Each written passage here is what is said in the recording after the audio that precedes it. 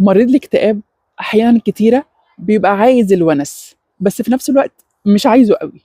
يعني عايز حد معين يكون موجود في حياته، بس ما يقعدش جنبه ويرغي يعني. عايز يحس بس ان في حد قريب منه من غير ما الحد ده يخنقه.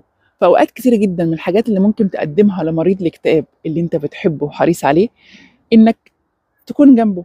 مش ضروري جنبه دي يعني في خروجه او حاجه مبهرجه، ممكن تكون قاعد جنبه في الاوضه بس من غير صوت.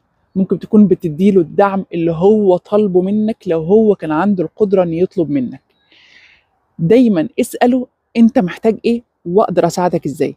ارجوك بلاش التاتش بتاعك، ارجوك بلاش الحاجة اللي انت حاسس ان هي دي اللي هتخرجه، لان اوقات كتيرة جدا ممكن تكون وسيلة ضغط اكتر عليه.